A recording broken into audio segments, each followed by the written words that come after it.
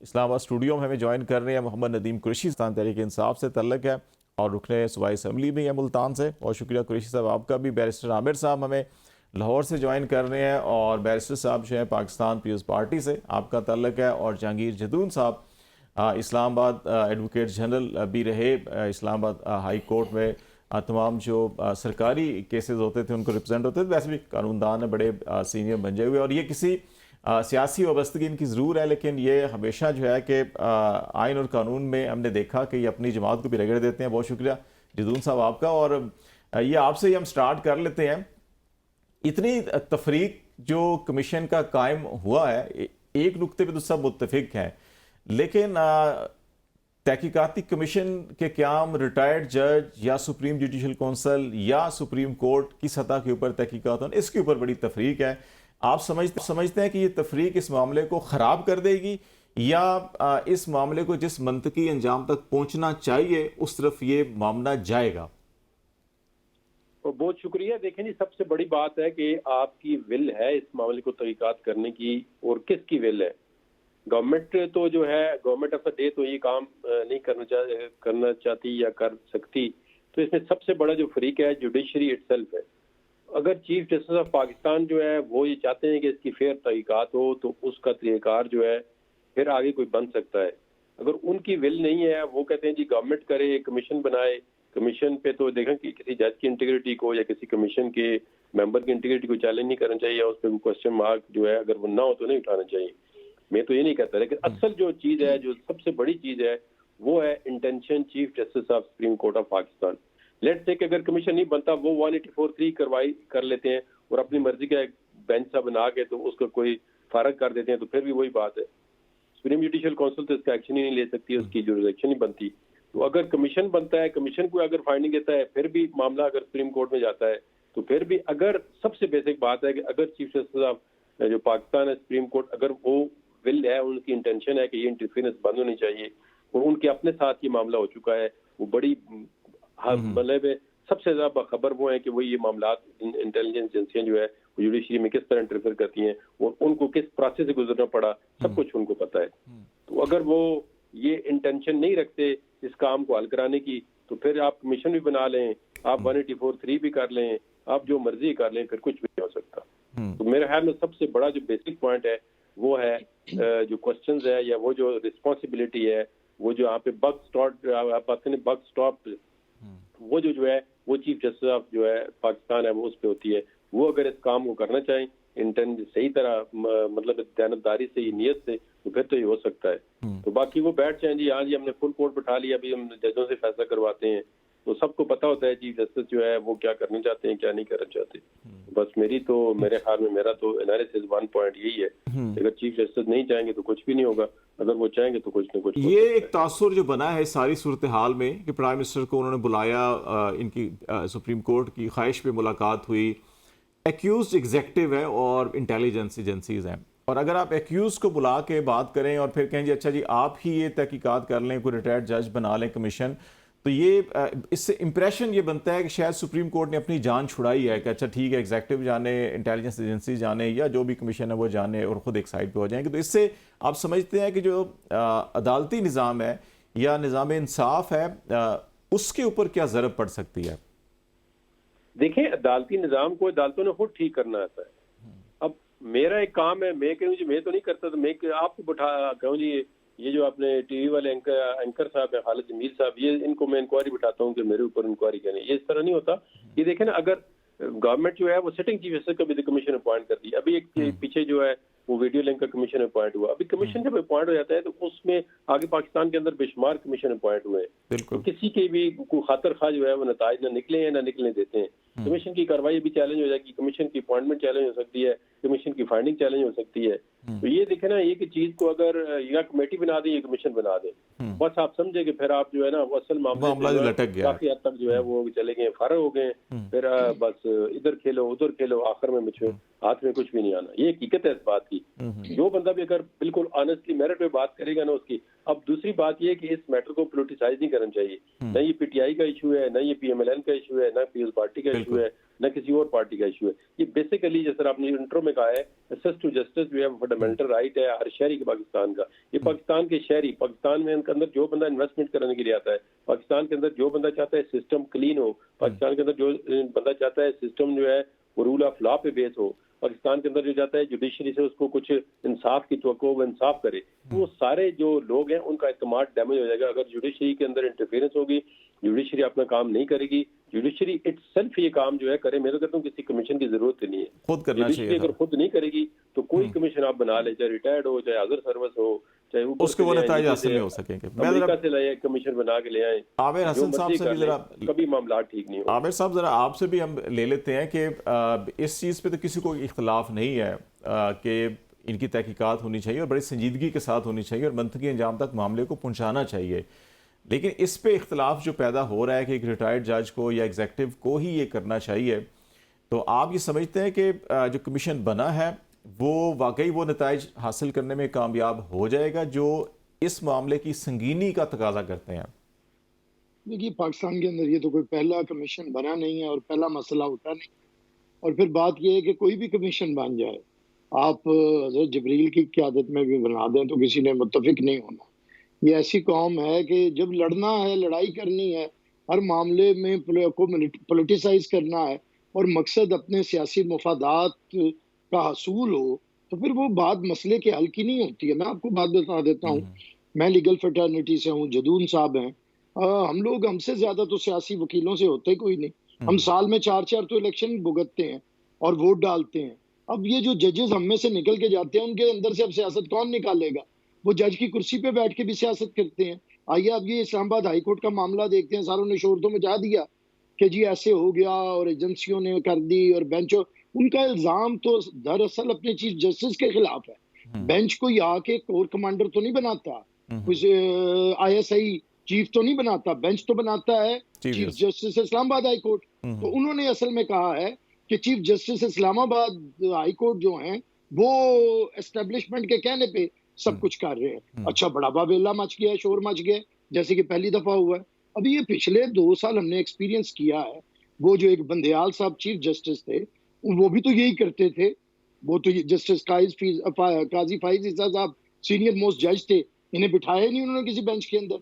वो हम ख्याल का 3 ग्रुप था, सारे जानते थे हिदायत कहाँ से आती थी। तब नहीं पता था बेंच कौन बना रहा था, सबको पता था।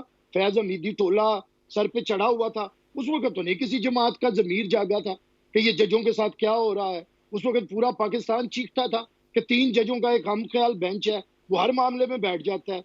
कोई किसने बनाया हुआ था? यही वो इशू है, ये इशू कोई नया है। और दूसरा, अगर एस्टेब्लिशमेंट मुदाखलत करती है फैसलों में, तो ये पहली दफा हुआ है। जस्टिस मुनीर से शुरू हो, उसके बाद जस्टिस नसीम हसन शाह की स्टेटमेंट आ गई हुई है कि हमें दबाव पे फैसले करने पड़ते हैं। शौकत सदीकी का शोर मचता हुआ सबने सुन लिया था, वो भी इस्लामाबाद हाई कोर्ट के जज थे ना।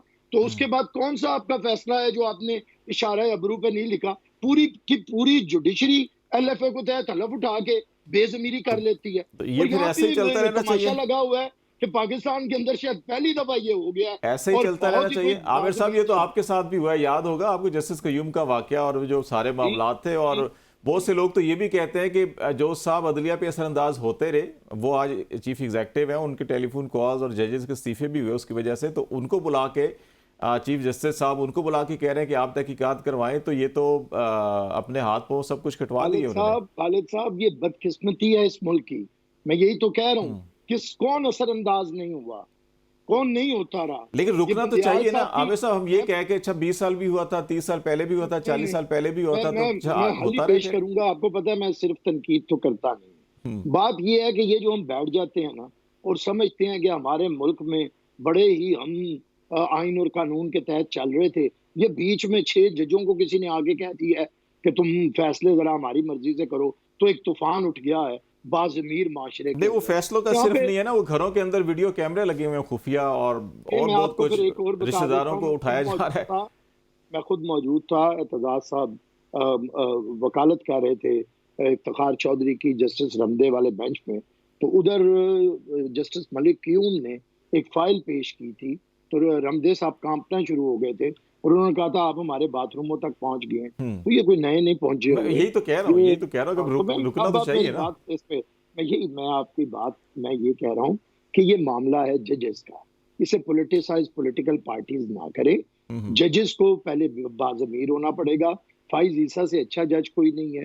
बड़े अरसे के बाद हमें एक अच्छा चीफ जस्टिस मुयस्सर आया है। उसके बाद जस्टिस तसद्दुक हुसैन जिलानी, ये एक बड़ा ही रिजनेबल नाम है, सारे जानते हैं। अब ये अदलिया अगर कमीशन भी और हर वक्त जजों के मामले सुनती रहेगी तो फिर लोगों की इतनी अपीलें पड़ी हैं हजारों की तादाद में, वो कौन सुनेगा। मैं समझता हूँ इस कमीशन से भी बढ़ के पाकिस्तान को एक ट्रूथ एंड रिकंसिलिएशन कमीशन की जरूरत है, उस तरफ जहां जाना पे चाहिए। ये सारे चल। जजेस आए।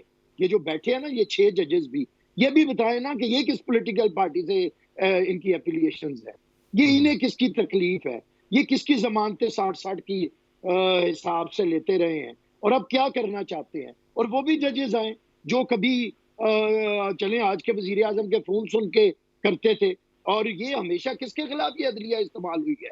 मुसीबत में तो हम रहे हैं, जुडिशियल मर्डर हमारा हुआ, 14 चलो, साल जेलों में हम रहे, सारे हमारे साथ जुल्म सारे हुआ, हम सारे तो किसी को भुगत रहे हैं। गालियां मैं नहीं नदीम बक कुरैशी साहब से भी ले लेता हूं, फिर दूसरी तरफ इसका जो सियासी पहलू है जरा वो भी जब ब्रेक लेंगे उसके बाद आ जाएंगे। कुरैशी साहब, आप ये समझते हैं कि ये जो कमीशन बना है ये वो जो मतलूबा नताइज हैं कि जो पाकिस्तान की 70 साल तारीख में अदलिया के अंदर मुदाखलत और ये सब कुछ होता रहा है, ये नहीं है कि सिर्फ ये पहली दफ़ा हो रहा है, मुसलसल हो रहा है और हर दौर में इसकी शिद्दत में इजाफा हो जाता है, तो इसको कहीं ना कहीं जाके रुकना तो चाहिए। तो ये जो कमीशन बना, जो तरीक़ेकार इख्तियार किया, इससे वाकई कामयाबी हासिल मिलेगी।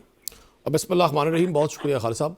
देखिए, मैं गुजारिश करूँ, सियासी तौर पर, अखलाकी तौर पर, मुआशी तौर पर आज हम बतौर एक मुल्क जहाँ पहुँच गए हैं, अगर अब भी हमने रूल ऑफ लॉ को अपनी तरजीह ना बनाया, कानून और आइन की बालादस्ती को अपनी मंजिल ना समझा, मैं नहीं समझता कि पाकिस्तान किसी खुदा न खास्ता बेहतर मुस्तकबिल की तरफ जा रहा है।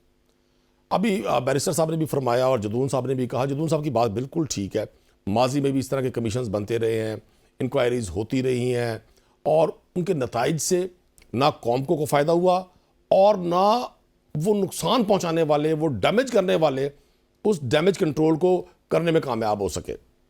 मैं आपको गुजारिश कर दूं, तसद्दुक जिलानी साहब मुल्तान शहर से हैं और बड़ा एक अच्छा नाम है, मैं ज़ाती तौर पे उनका बड़ा कदरदान हूँ और उनकी बड़ा शानदार कैरियर है। लेकिन क्या एक रिटायर्ड जज इतने सेंसिटिव मैटर को इस पोजीशन में होगा कि प्रोब करके और जो इसके वो कैरेक्टर्स हैं जिनके बारे में 6 मौजूद जज साहबान ने निशानदेही की है, उनको कोई सज़ा या जज़ा दे सके। दूसरी बात है, मेरे दोस्त ने भी कहा कि जी हम इसको पोलिटिसाइज करते हैं सारी बातों को। भाई, पोलिटिसाइज तो आप ही लोग कर रहे हैं। अभी आपने अपनी 8 मिनट की गुफ्तगू में जो आखिरी 2 मिनट है वो सारा आपने पोलिटिकल बात की है।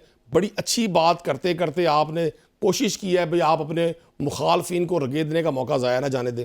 मैं आपको गुजारिश कर दूँ, ये जो 6 जज साहबान हैं ये बुनियादी तौर पर इसी माशरे का हिस्सा है और अगर उन्होंने कौन सी ऐसी नई बात की, बिल्कुल ठीक है, ये माजी में भी होता रहा है। लेकिन मैं आपकी बात को सेकंड करूँगा, क्या इस सीरियल को हमेशा चलते रहना चाहिए? क्या पाकिस्तान का जो आज का जो नौजवान है जिसने 10-20 साल बाद इस मुल्क की बागडोर संभाल ली है, वो इसी कसावतों में, इन्हीं गलाजतों में, इन्हीं अंधेरों में रहेगा? क्या हम दुनिया को नहीं दिखा सकते कि हम एक महज़ब माशरा है? क्या हमारी बदनसीबी, ये हमारी जैसी जनरेशन है जो कभी यंग हुआ करती थी, अब हम बुजुर्ग होना शुरू हो गए हैं, हमारे बाद हमारी अगली नस्लों का भी कब्रिस्तान तक साथ नहीं छोड़ेगी?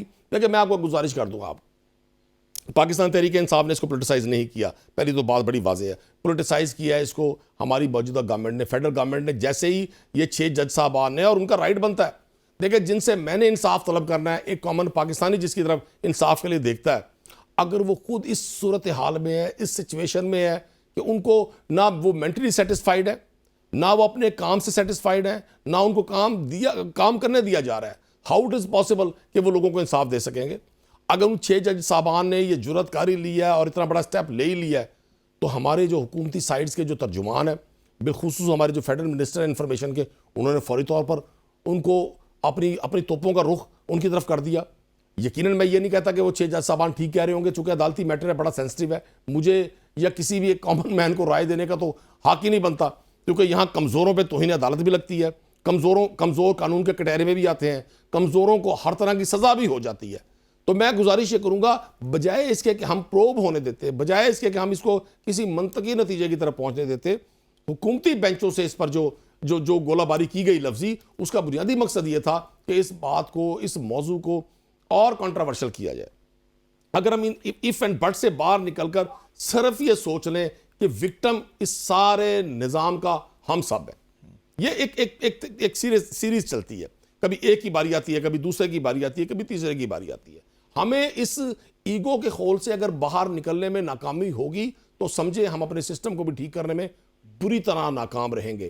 कुरैशी साहब, ये जो आमिर हसन साहब भी इसी नुक्ते की तरफ शायद उनके जो कंक्लूडिंग रिमार्क्स थे कि जो ट्रुथ एंड रिकन्सिलेशन की वो बात कर रहे थे, शायद वो यही नुक्ता था कि बारी बारी आप सब जो है कि वो शिकार तो हो रहे हैं, लेकिन शायद जहाँ पे कोई एक ऐसा मुत्तफ़िका लाएअमल बनाने की नौबत आनी चाहिए जहाँ पे सब बैठ कर ये फैसला करें कि एटलीस्ट कुछ ऐसे एरियाज़ हैं जहाँ के ऊपर कोई कंप्रोमाइज़ भी नहीं होना चाहिए, कोई सियासत भी नहीं होनी चाहिए।